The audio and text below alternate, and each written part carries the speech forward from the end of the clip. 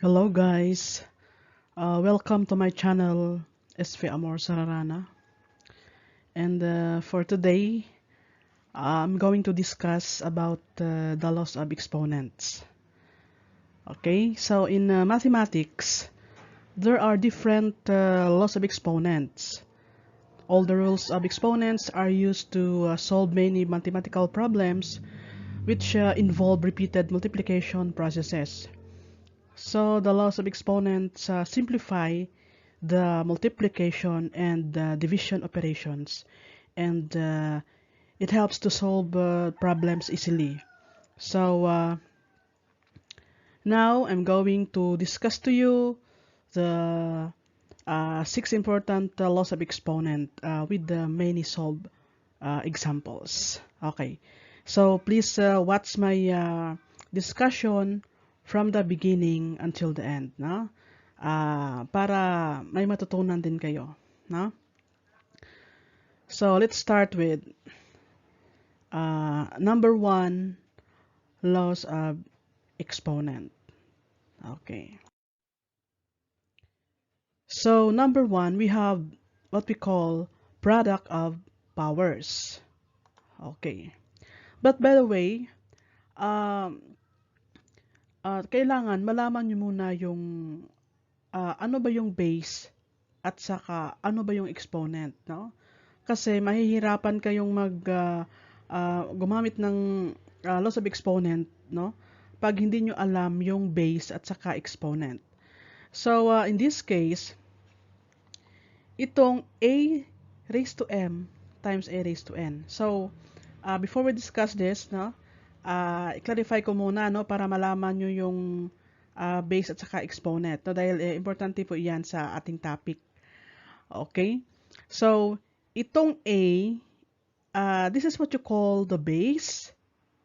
This a is also called the base. And then, these letters, no, on the upper right of a, ito yung tinatawag na exponent. Okay? So, itong m at saka n, ito yung exponent. At saka ang a, ito yung base. No? Kailangan malaman nyo po ito para maliwanagan po kayo. No? At least, sa ngayon, may nalalaman kayo na, ito pala yung base. At saka yung nasa upper right, no? Ito po yung exponent. Okay? So, ito na po. Product of powers. So, to use the law of exponent, how can you simplify product of powers? Okay. So, we have here a raised to m times a raised to n. Okay? So, have you noticed that they have the same base? Okay, so ano po yung base? Okay, yung a. So, to simplify this product of powers, if they have the same base, we are going to add their exponent. So, meaning, kopyahin natin yung base, their common base, and then we are going to add their exponent. So, that is a raised to m plus n. Okay. So, I'm going to give you a concrete example for this. Okay. So, patuloy po tayo. Example. Okay. So, try to look at our examples. So by looking merely at our example, no, you can easily understand, no, how to simplify this expression using the laws of exponent. Okay, so ito yung base. A cubed times a squared is equal to a raised to 3 plus 2 equals a raised to 5. So meaning, we're going to copy their common base and then we're going to add their exponent. Okay, so copy yung a, then 3 plus 2, which is equal to 5. Okay, so very easy, di ba? Okay, another one. 2 raised to 1 times 2 raised to 1. So the base here is 2 and the exponent is 1. So we are going to copy their common base, which is 2, and then i-add natin yung exponent, no? 1 plus 1 equals 2. Okay, so the answer here is 2 squared. Okay, But this 2 squared, no, can be simplified. Pwede pa nating ma-simplify, di ba?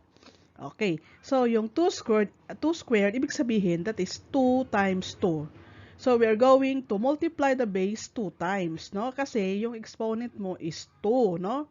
Since, yung exponent po, ang nagsasabi kung ilang beses mo i-multiply ang iyong base. So, kapag 3 ang exponent mo, meaning, i-multiply mo 3 times yung base. So, it will become 2 times 2 times 2. Okay? So, 3 beses mo siya i-multiply. Okay? So, if we're going to simplify this one, 2 squared, no? So, that will be equal to, okay, ito gamitin natin yung yellow. Okay, so 2 squared, sige, is equal to, okay, this is equal to 4. Okay?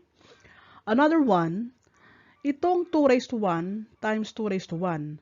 So, take note, example, if we have here 3, okay, 3 times 3. Okay? So, 3 times 3 is equal to what? Okay. Kapag number lang ang nakasulat, it is already understood that the exponent of this number is equal to 1. Okay? Tandaan nyo po yan. No?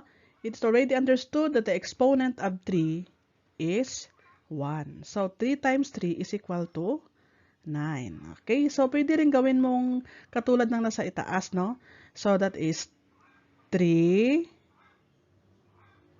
Dahil, as I've told before, meron itong exponent na 1. It is already understood that the exponent here is 1. So, kapag wala siyang naisulat na 1 dito, pero meron niyang 1 na exponent.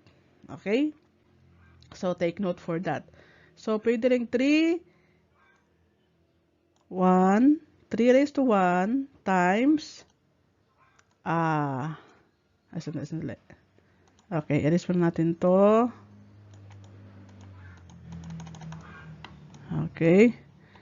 So, balik muna tayo dito. Then, 3 raised to 1.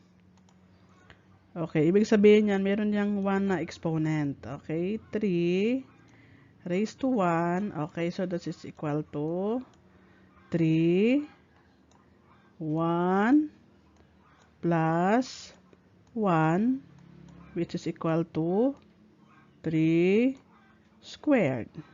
Okay? Or, this is equal now to 9. Okay? Okay, so that is the example of product of powers. Okay, next. So, we're going to erase this first kasi may another example pa tayo dito. Okay. So, napakasimple lang po ng laws of exponent, no? So, kapag ang mga estudyante natin, yung mga anak natin nakikinig talaga sa guro, no? Sa teacher nila, napakasimple po ng laws of exponent. Okay. This is another example. So, quantity. So, to read this one, that is quantity x plus y cubed times quantity x plus y raised to 5 is equal to, so have you noticed that x and y, nasa loob siya ng parentheses. So, meaning, ang base mo dito is x plus y talaga. Hindi lang yung x at hindi lang yung y yung base mo. Dapat, yung base mo talaga is x plus y. Okay? Times x plus y. Quantity x plus y. Kapag nasa loob ng parentheses, binabasa yan na quantity. Okay? So, yung base mo, your base here is x plus y. So, we have copy the other exponent, which is 3 and 5. So, that is 3 plus 5. So, your base, copy their common base, x plus y, then add 3 plus 5 equals 8. Okay, so, yan po ang product of powers. Okay, next. We have what we call power of a power. Ano ba itong power of a power? Okay. So, yung power of a power means that quantity A raised to M raised to N. Meaning, yung base mo, mayroon ng exponent, no?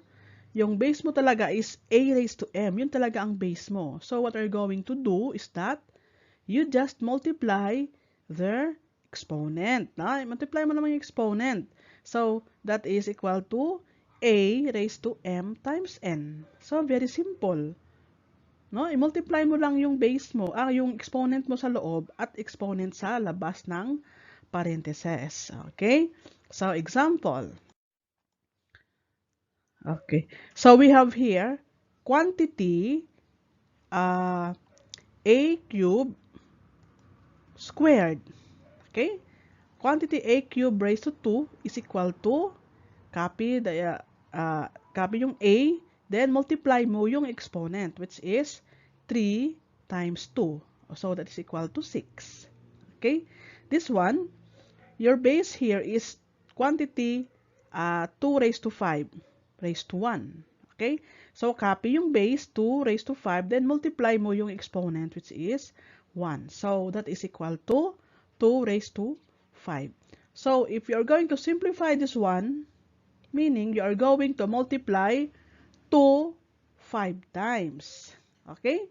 So, kung talagang i-simplify mo talaga yung answer. So, kunin mo talaga yung answer. Ano ba ang 2 raised to 5? So, 2 raised to 5 means, okay, dito sulat ulit tayo. That is equal to, you're going to multiply 2 5 times. Okay, times 2. Okay, yan po ang ibig sabihin. Okay, 2. Kasi iba, nako-confuse po sila kasi yung 2 raised to 5, ginagawa nilang 10. No? Minumultiply lang nila yung base at saka exponent. That is wrong, no? Dapat, kapag exponent mo is 5, meaning, imumultiply mo yung base mo 5 times. Okay? So, maraming nako-confuse dyan. Alam ko. No? Kahit, ano na sila, high school. Okay. So, this one, 2 times 2 is 4, di ba? 4 times 2 is 8. 8 times 2 is 16. Then, 16 times 2 is equal to 32. Okay. So, the answer here is equal to 32. Ay, okay.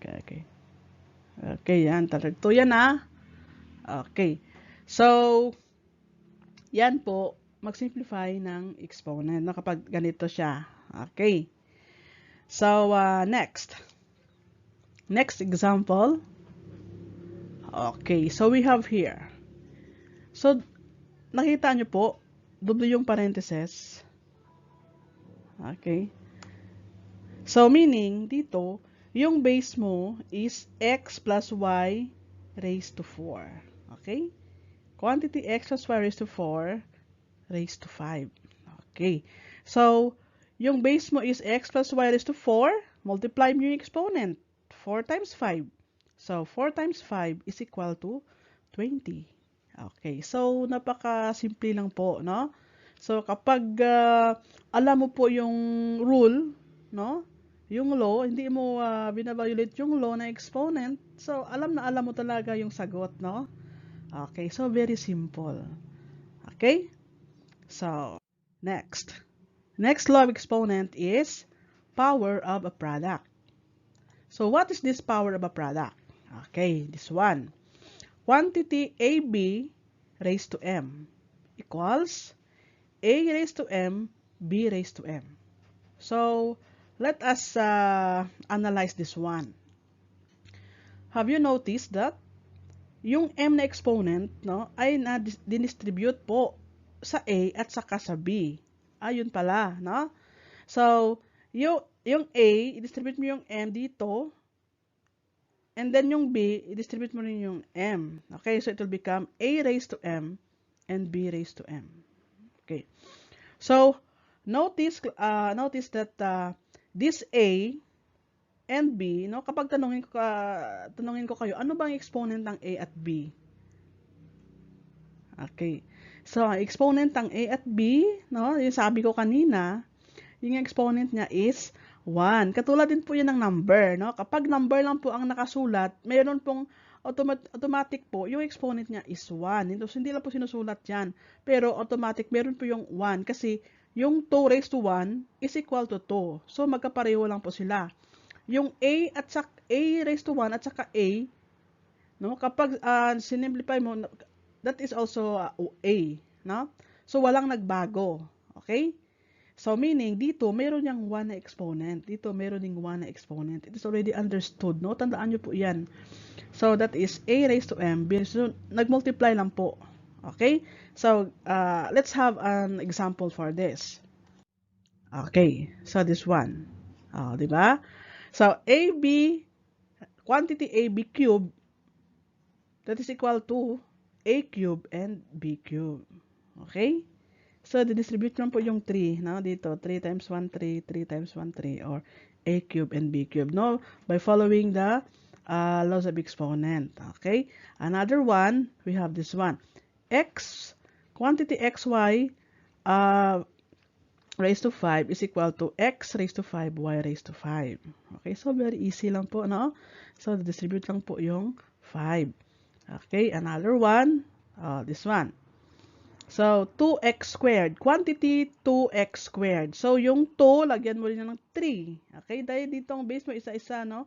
So, yung x squared, multiply mo yung exponent na 2 at saka yung exponent na 3. Okay? So, minumultiply natin. So, dito sa 2, di ba sabi ko kanina, may exponent yan na 1, ha? So, meaning 1 times 3 is 3. Di ba? 2 times 3 is 6. Okay? So, the answer is 2 cube x raised to 6. Pero kapag sinimplify natin ito, okay, dito.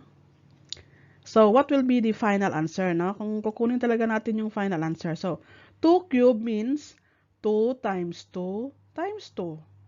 Okay? So, yung iba mako-confuse kasi yung 2 times 2, ang yung iba, gawin nila, yung answer nila is 6 kasi i-multiply lang nila yung 2 at 3, which is wrong, no? Dapat, 2 cube meaning 2 times 2 times 2. Dapat, 3 times mo i-multiply yung 2 mo kasi yung exponent mo is 3. Okay? So, 2 times 2 times 2 is equal to 8, diba? 2 times 2 is 4. 4 times 2 is 8. Okay? So, yung final answer mo dito is, okay, kopyahin mo natin ito. So, this is now equal to 8, okay, x raised to 6.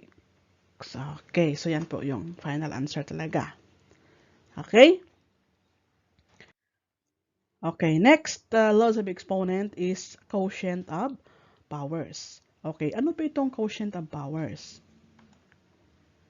Okay, so here, we have a raised to m divided by a raised to n equals a raised to m minus n. Okay, so itong a raised to m, ito yung ating numerator, di ba? At saka itong a raised to n, ito yung ating denominator. So, have you noticed that the base in the numerator is a and the base in the denominator is also a? So, we are going to copy their common base and then we are going to subtract their exponent.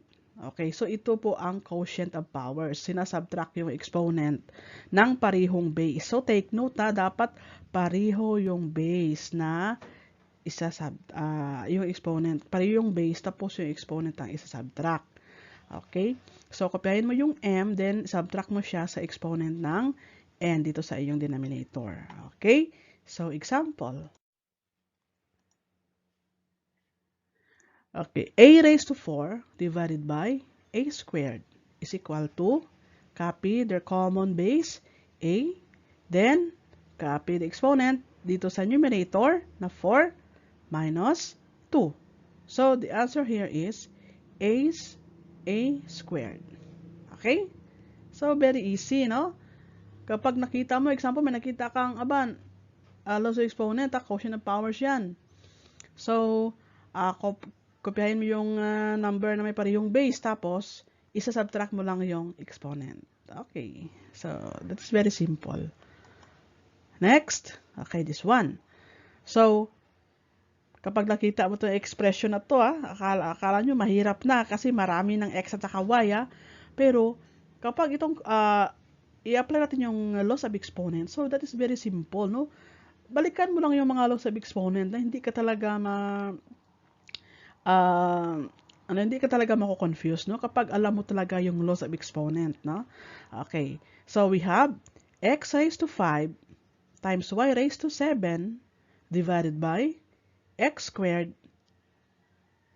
times y to the 4th. Okay? So, copy their common base. So, yung mayroong x dito sa numerator, mayroon ding x sa denominator. So, kopyahin yung x. Okay?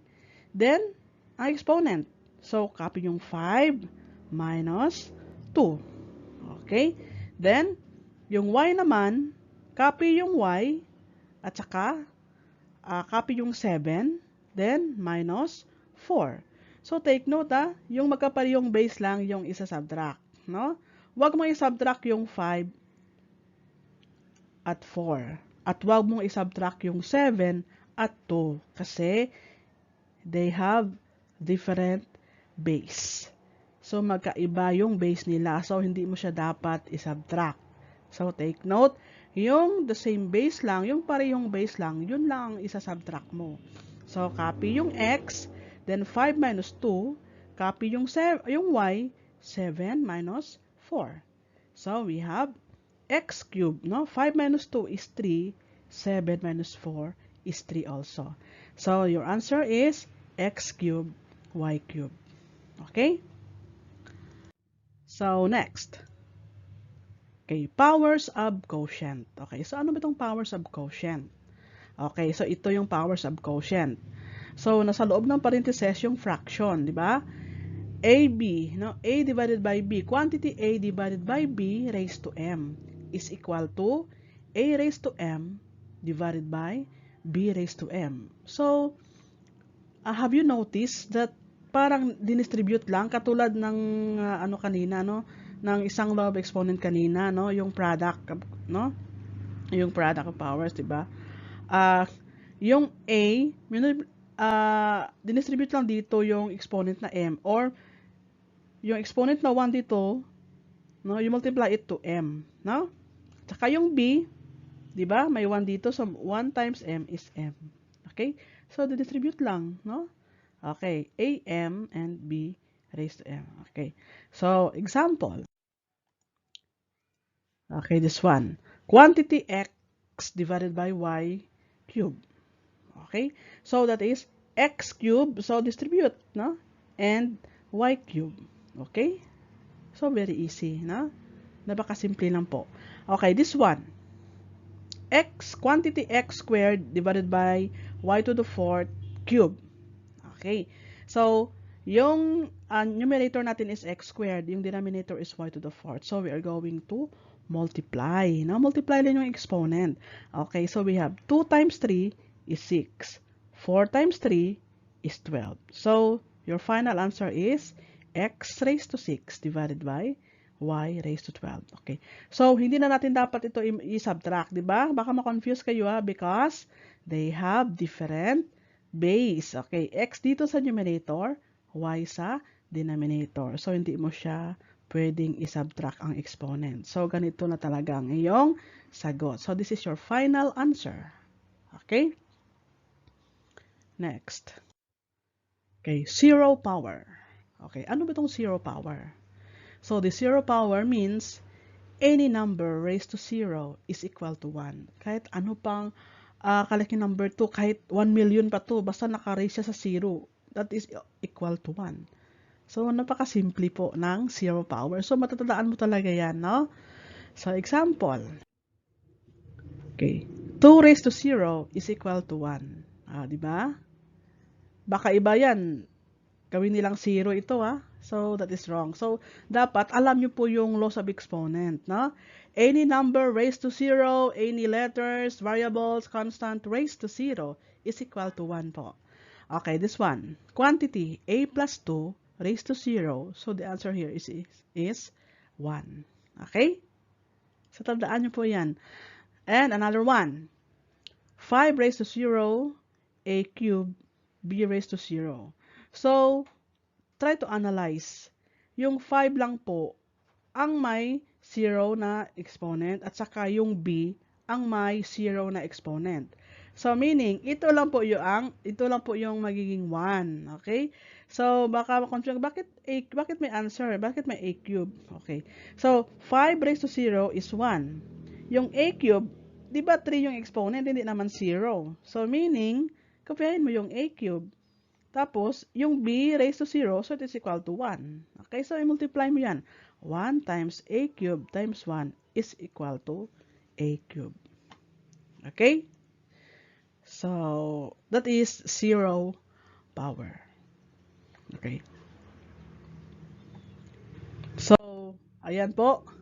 6 na po yung na-discuss natin. So, I hope po na may nalalaman po kayo sa laws of exponents. So, very useful po ito sa ating mga estudyante, sa ating mga anak, kapatid, pamangkin, no?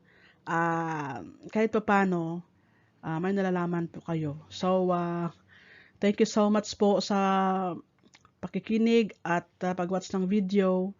So, abangan po yung mga susunod po na topic na i-discuss ko, kahit mga basic lang po, no? At least, alam ko, may matutunan po kayo. Okay, thank you so much. So, this is Amor Sararana. God bless po sa ating lahat. Thank you so much.